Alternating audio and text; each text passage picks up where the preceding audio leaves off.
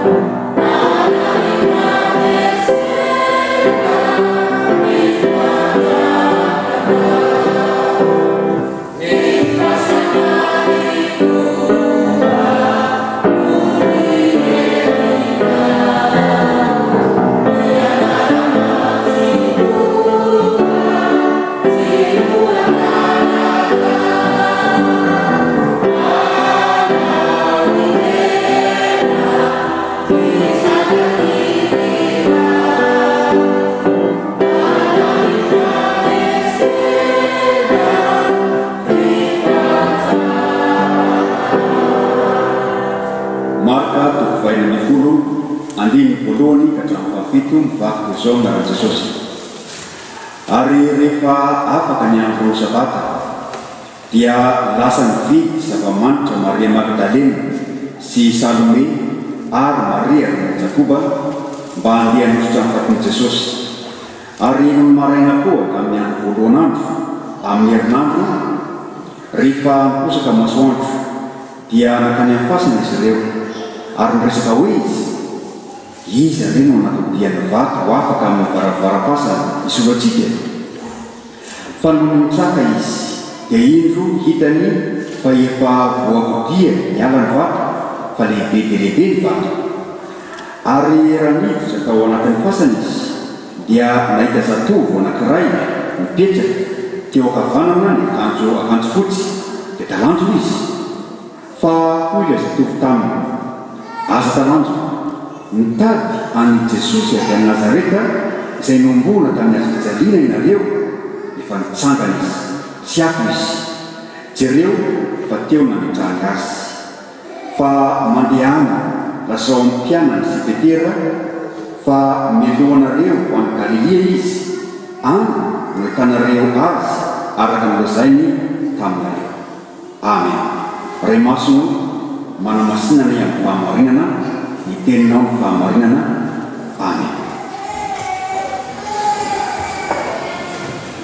Rehefa mbona malala aminareo mandrakarivana iny fiadana sy fahasoavana avy amin'Andriamanitra ray itsika sy Jesosy Kristy Tompo. Amen. Aza talanjo mitady ny Jesosy avy any Nazareta izay nombona tamin'ny asa-pijalinareo. Efa mitsangana izy, tsy ako izy. Izany vaovao mahafaly izay nampitainy anjely tamin'ny Maria Magdalena sy Maria reniny Josefa ary reny Jakoba azafady ary Salome izany no vaovao mahafaly ho antsika ihany koa amin'ity an'ity. Vaovao mahafaly ho an'ny malahelo mba hody fifaliana izany alahelo izany. Ny mpianatra rehetra isan'izany telo rahavavy rehetra dia miaina tao anatin'ny alahelo satria Jesosy ilay tena tia azy sady tiany raha teo no endriko maty ary maty tamin'ny fomba izay nampalahelo tokoa satria nakorain'ny olona nampijalian'ny olona ary mbona tamin'ny hazo-pijaliana.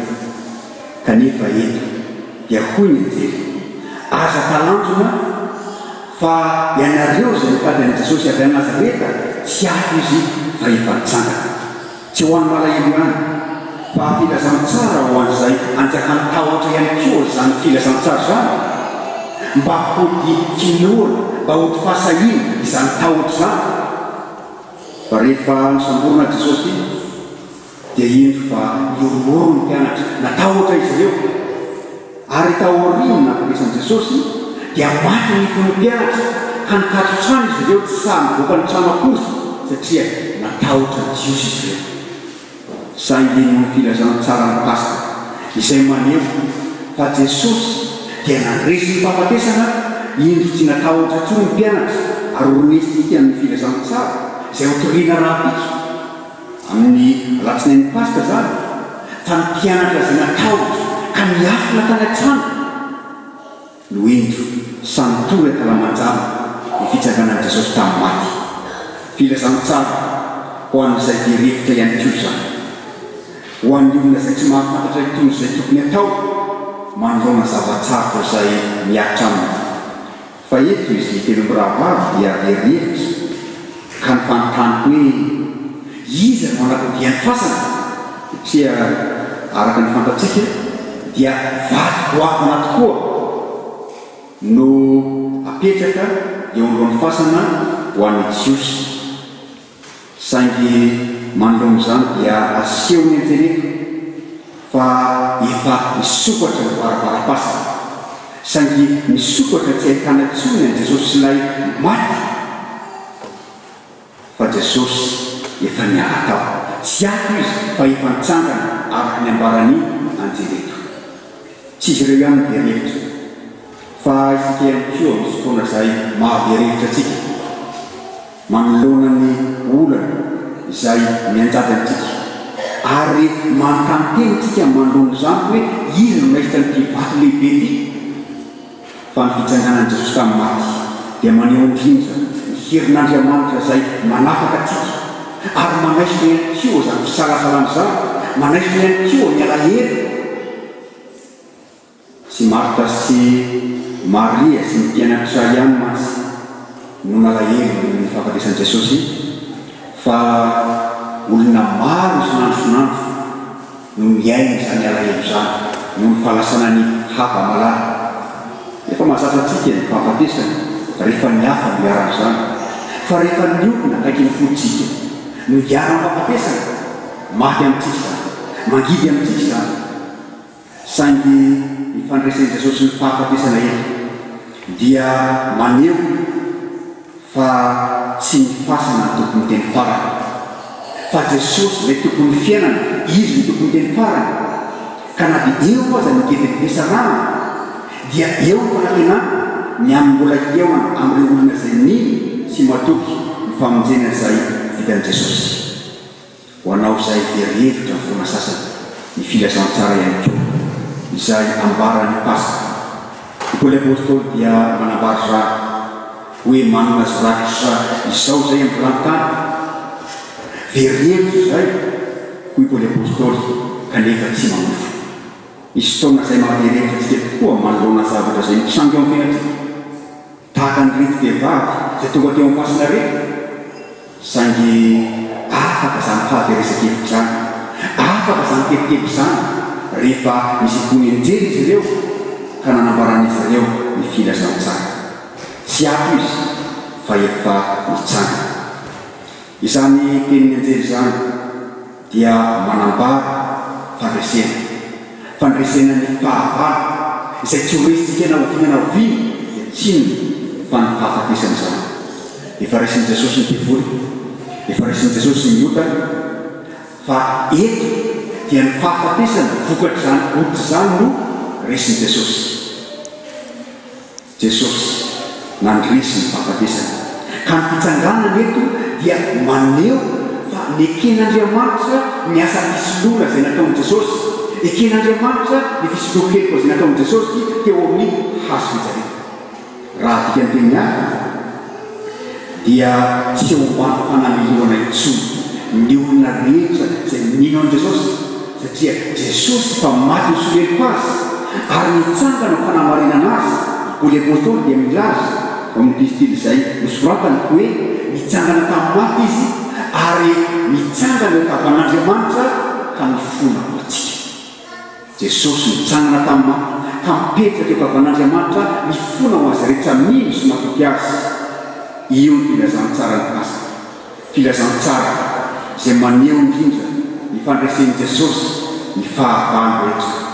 Ny farany amin'izany dia ny fahafatesana. Velona Jesosy, velona ihany koa izay rehetra mino azy.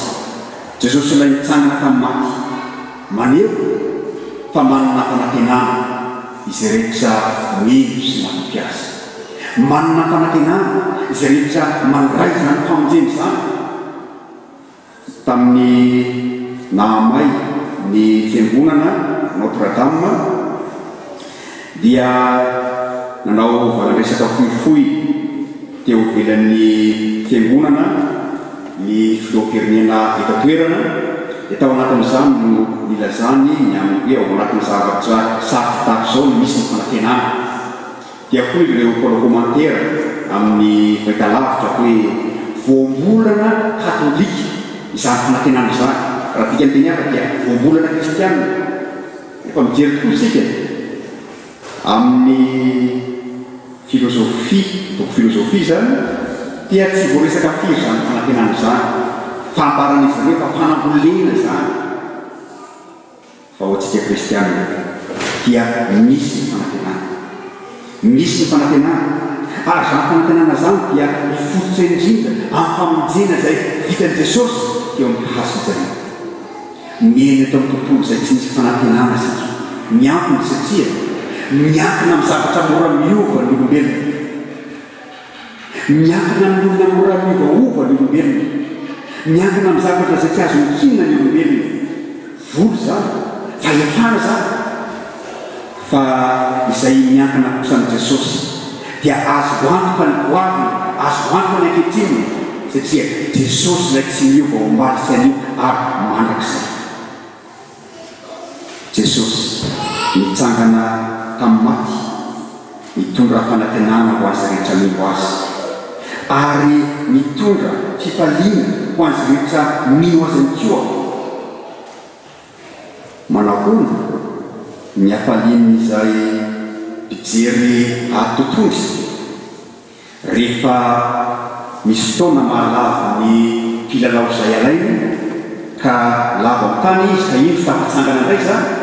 Manahoana ny hafalian'ireo izay mijery fifananana hazakazaka raha toka mianjery ny andalina ny hazakazaka izay alainy kanefa mitsangana indray izy.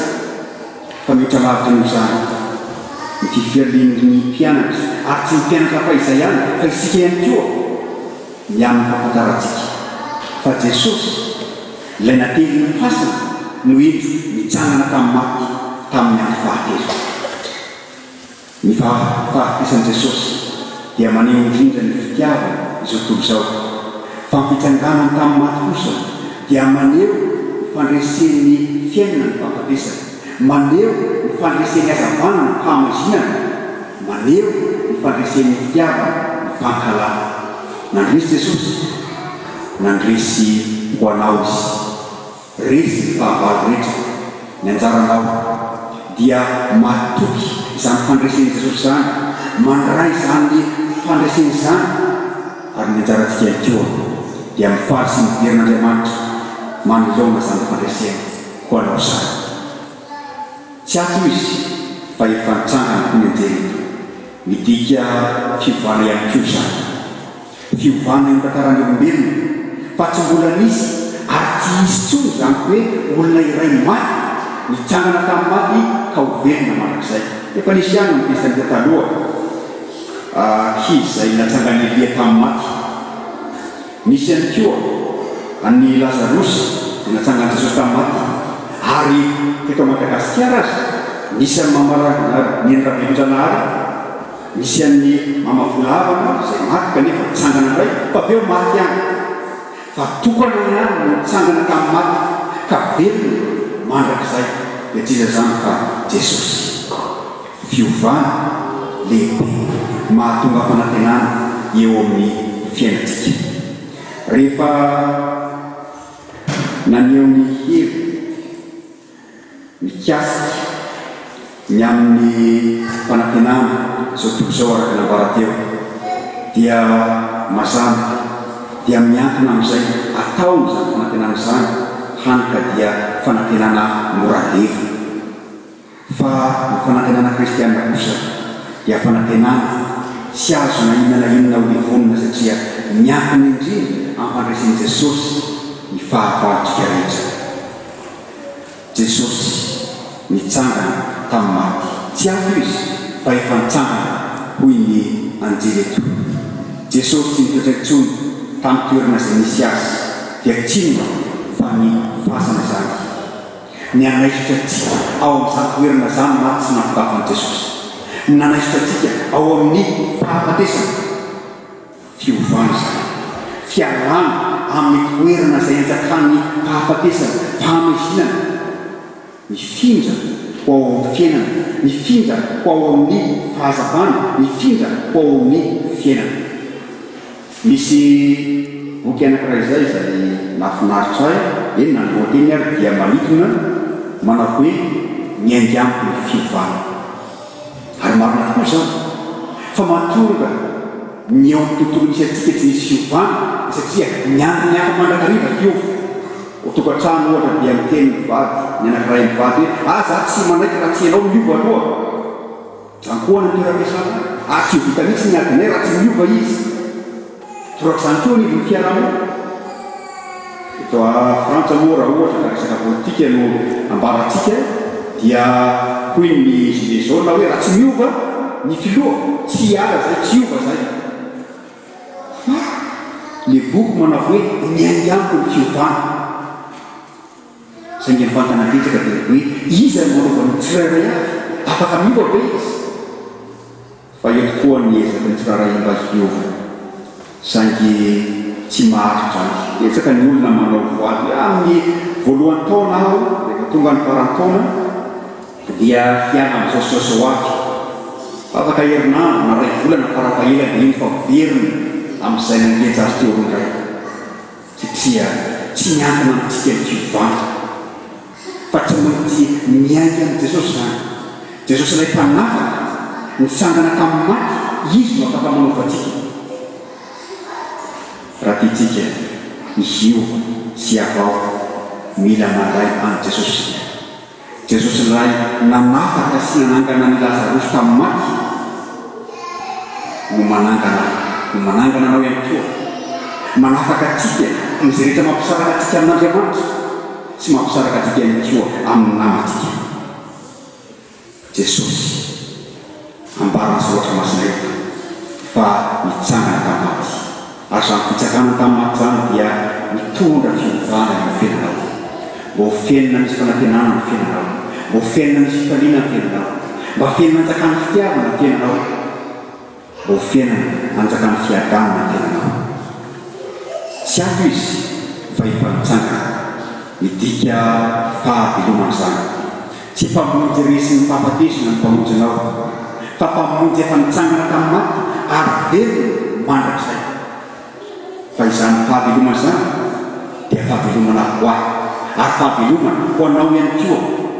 Io nambaran'i Jesosy eo am'filazany tsara araka izao ka nilazana fa izy ny fananganana amin'ny maty sy fiainana, ka zay rehetra mino ho azy na dia maty azy dia ho velona indray, ary zay rehetra velona ka mino ho azy dia tsy ho faty mandrakizay. Jesosy mitondra fahavelomana ho anao. Izany fahavelomana ho antsika izany dia tsy fa isika miaraka amin'ny Jesosy velona ho aminy ary izy velona ho antsika. Jesosy tsy hoe velona ho antsika ihany, fa velona ao am-pony mino azy izy.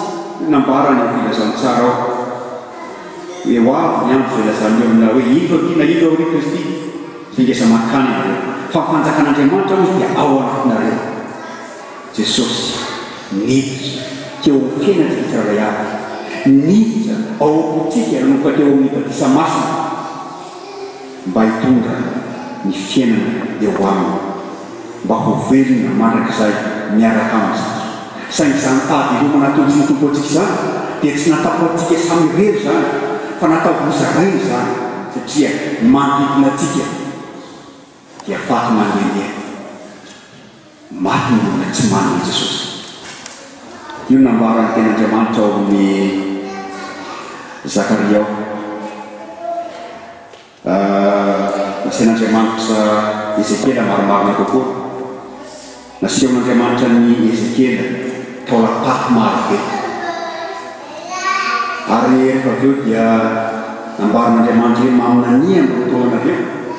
Efa rehefa naminany tamin'ny taolana Ezekia zany tsy Ezekia fa Ezekela dia iny fa nitsangana taolana naniry nofo, naniry ozaka dia nitsangana. Dia koa Andriamanitra hoe ny zanak'Israely iry io, ny zanak'Israely izay tafasaraka amin'Andriamanitra no nitsikin'olo no nifahotana. Mamavolavana ihany koa tamin'izy aty ivelany dia nihevitra miaraka aminy hoe ao faly zao mama mahita ny aty ivelany mamirakiraka tahaka zao. Toy izy ireo manahoana fijerinao ny aty mama? Toy izay faty mandeha dia tsy amary ny olona tsy mbola nandray famonjen'i Jesosy. Ary tatsika zany amin'izao andro pasika zao fifaninanana moatona atao amin'olo tsy mahafantatra izy miasara biby ny andro pasika hoe Jesosy mitsangana tamin'ny maty velona ho azy, mba ho velona mandrakizay izy. Ianao tompoko, nataon'Andriamanitra handray zany fahavelomana zany, nataon'Andriamanitra fiaina zany fahavelomana zany amin'ny fiainana finoanan'i Jesosy, amin'ny fiainana fitiavanan'i Jesosy. Ary zany finoanan'i Jesosy zany, fitiavanan'i Jesosy zany dia asehonao amato. Zany filazany tsara zany ho anao, aoka mbaranao amanodidina anao ny fitiavan'Andriamanitra. Elina dia sarotra zany, Andriamanitra mangatana mefaindrenao antsika satria tsy moramora zany torony filazany tsara ny tanana roa zany. Saingy matoa ianao navelon'Andriamanitra mety misy mission izay tian'Andriamanitra ataonao dia tsinona fa nitondra zany fahavelomana zany, satria ny fitsanganan'i Jesosy tamin'ny maty dia midika fahavelomana, nitondra fahavelomana izy, nitondra fiainana izy eto amin'izao tontolo izao izay anjakany fahafatesana, anjakany fahafatesana satria lavitra an'Andriamanitra. Ianao izay fakaikin'Andriamanitra, ianao izay fanandray Jesosy, aoka ianao izara ny fiainana sy famonjena izay fanatoko ny tompo anao zany. Ny Pasika dia sarobidy ho antsika kristianina satria fotoana izay andresen'i Jesosy ny fahafatesana. Izany fitsanganan'i Jesosy tamin'ny maty zany dia midika fandresena, tsy fandresena ho azy ihany fa fandresena ho anao indrindrandrindra. Izany fitsanganan'i Jesosy tamin'ny maty zany dia midika fivana, tsy fivana ho azy satria Andriamanitra tsy vao maty sy ora mandrakizay izy, fa fiovana ho anao, fiovana ho any antonanao, fiovana ho anao sy manodidinanao. Zany fandresena ny fahafatesana zany dia midika fahavelomana, fahavelomana ho anao, fahavelomana ao tokantranonao ary fahavelomana ho any manodidina ihany koa. Dia voninahitra ny Andriamanitra sy ny Fanahy Masina izay aza tantaran'indrindra fa azo mandrakizay amen. Raisina fitafiana itiavan'Andriamanitra ray ny fahasavan'i Jesosy Kristy Tompo ary ny firaisana Fanahy Masina ho amin'ny raik'ny trano